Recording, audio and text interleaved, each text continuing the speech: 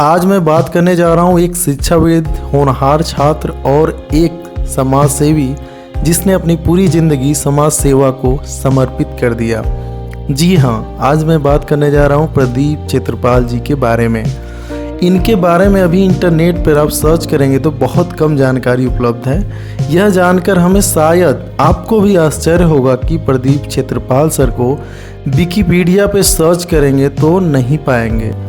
पूनम पांडे को सर्च करेंगे या सनी लियोनी को सर्च करेंगे या आतंकवादियों या पॉलिटिशियन को सर्च करेंगे तो इनके बारे में आपको एक सटीक जानकारी मिलेगी, वो भी फोटो सहित। इससे हम यह अंदाज़ा लगा सकते हैं कि हमारी मीडिया हमारे समाज के लिए क्या सोचता है और क्या कर सकता है। हम लोगों को जानकर यह हैरानी होगी कि बहुत से लोगों को अभी भी नहीं पता है कि प्रदीप चित्रपाल सर अब हमारे बीच नहीं रहे, जबकि एक आर्टिस्ट, पॉलिटिशियन का जब देहावसान होता है तो पूरा मीडिया जगत की होम पेज पे कई दिनों तक इनकी चर्चाएं होती रहती हैं। इससे यह मालूम पड़ता है कि हमारे देश में शिक्षाविदों की उतनी इज्जत और गरिमा नहीं है जितनी एक पॉलिटिशियन और एक आर्टिस्ट की है।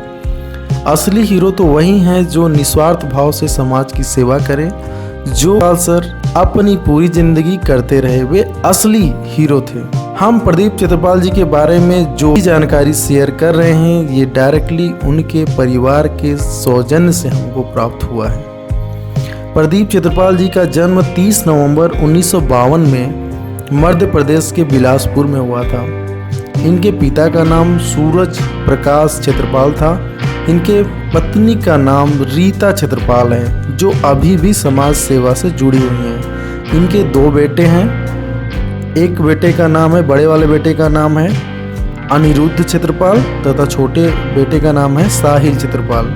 बड़े बेटे इनके यूएसए में रहते हैं, जबकि छोटे बेटे इनके कोलकाता में रहते हैं। इनके 2 बड़े भाई हैं और एक छोटे भाई है।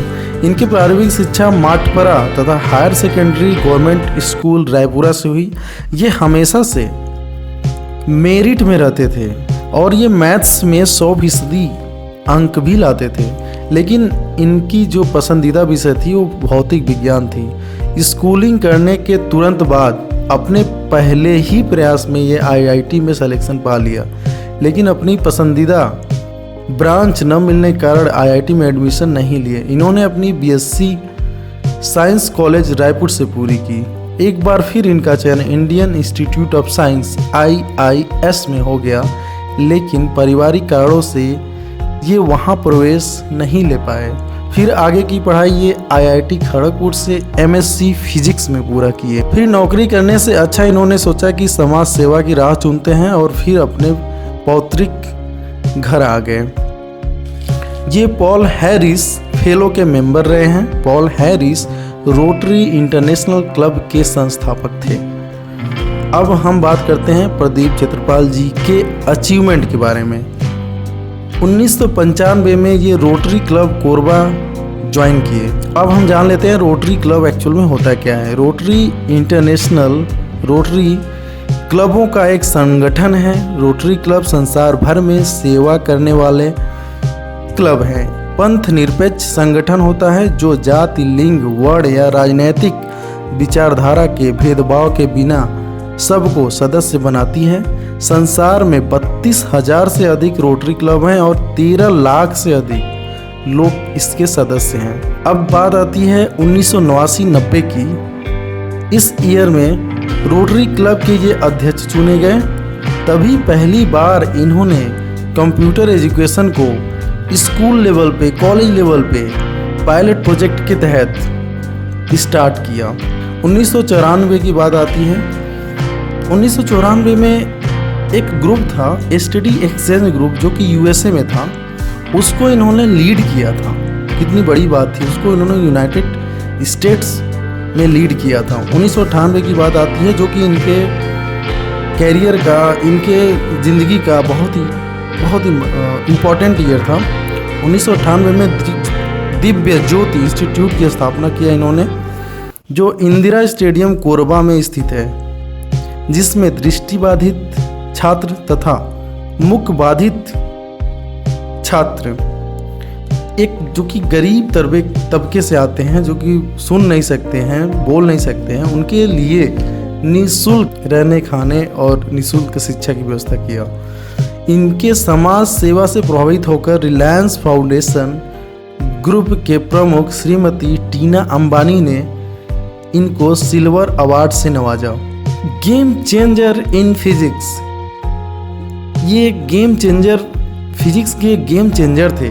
कैसे थे अभी हम बताते हैं। देखिए, फिजिक्स को प्रायः सभी लोग एक कठिन भाषा के रूप में जानते हैं, लेकिन एक आदमी जो कोरबा जैसे छोटे से शहर जो कि अभी छत्तीसगढ़ में आता है, न सिर्फ छत्तीसगढ़ बल्कि पूरी दुनिया के लिए फिजिक्स को आसान बना दिया।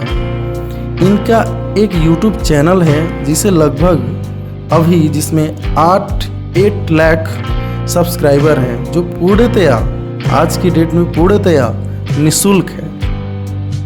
इनके वीडियो इतने पॉपुलर हैं कि ये न केवल इंडिया में बल्कि पूरे विश्व के, जैसे कि USA, Canada, Pakistan, UAE, Bangladesh, Afghanistan, Sri Lanka आदि देशों के स्टूडेंट्स, टीचर और कॉलेज फिजिक्स को समझने के लिए उपयोग में लेते हैं। यूट्यूब पर वीडियो अपलोड करने का सुझाव इनको इनके बड़े बेटे अनिरुद्ध ने दिया था। इनके करीब 700 लेक्चर यूट्यूब पे अभी निःशुल्क उपलब्ध हैं, जो स्कूल, कॉलेज लेवल, नीट की तैयारी या IIT के पाठ्यक्रमों को पूरा कवर करता है। कुछ NGO इनके लेक्चर का उपयोग करके राजस्थान, महाराष्ट्र के दूर दराज इलाकों में जहां फिजिक्स सब्जेक्ट के टीचर उपलब्ध नहीं है, वहां पे इनके वीडियो को दिखाकर निःशुल्क शिक्षा प्रदान करते हैं। आज हिंदी भाषी छात्रों के लिए फिजिक्स सब्जेक्ट के ई-लर्निंग की बात करें तो यूट्यूब पर स्कूल और कॉलेज लेवल पे प्रदीप क्षेत्रपाल तथा डिग्री लेवल पे SC वर्मा के लेक्चर सर्वोत्तम है। वैसे फिजिक्स तो भगवान या यूँ कहें अल्लाह का बनाया हुआ नियम है। यूँ कहें कि प्रकृति के नियम को समझने का एक विषय है, लेकिन इसे बताने वाले या इसे समझाने वाले ही हमारे आधुनिक महात्मा हैं। 2019 के अंत में अपने बेटे अनिरुद्ध के पास ये US से छुट्टी मनाने गए थे।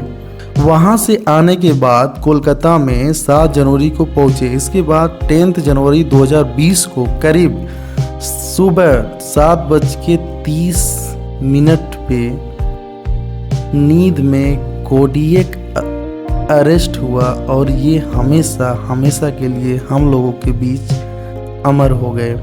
इस तरह से एक युग का अंत हो गया। यह वीडियो प्रदीप क्षेत्रपाल सर को समर्पित है। अगर यह वीडियो आपको अच्छा लगा हो तो ज़्यादा से ज़्यादा शेयर करें और मेरे चैनल को सब्सक्राइब करें, जिससे कि मैं आगे भी आपको शिक्षाविदों के लिए कुछ न कुछ लाता रहूँ। शुक्रिया, थैंक